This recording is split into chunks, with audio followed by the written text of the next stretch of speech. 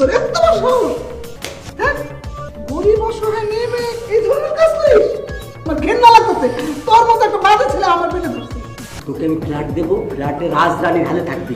না না স্যার, আমার কিচ্ছু লাগবে না স্যার, আমার সাইডে দেন স্যার। স্যার আপনি আমার সাইডে দেন। আরে কি করছিস এগুলো? এগুলা কি করতেছিস? আরে কি করছিস? এই, কি করে? মা, মা, মা, কি হয়েছে? এদিকে আসো তো। আরে কি অবস্থা? এই লাভলি, তোর এত বড় সাহস তুই আমার ছেলেকে হাত দিতেছিস, তারপর ঝাড়ু দিয়া কেন? একটা আস্ত বেয়াদব, একটা কথাও শোনে না, মুখে মুখে তর্ক করে, অর্ডার করলে একটাও শোনে না।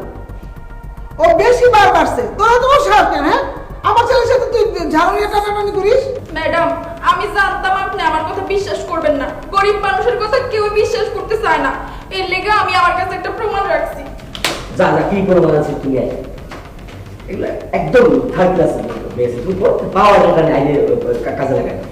এই দেখেন ম্যাডাম। এটা কি?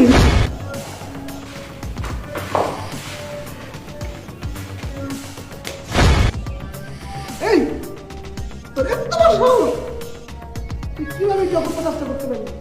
হ্যাঁ, গরিব অসহায় মেয়ে মেয়ে এই ধরনের কাজ করিস?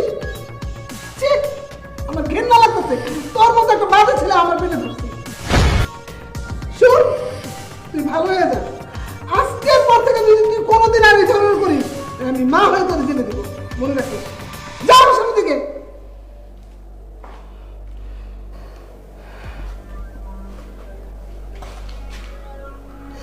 মা, আমার ভুল হয়ে গেছে। আসলে আমি তোর ভুল বুঝছিলাম।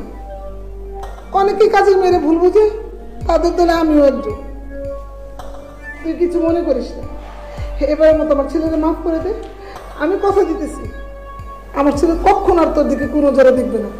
ঠিক আছে মা, লক্ষ্মী।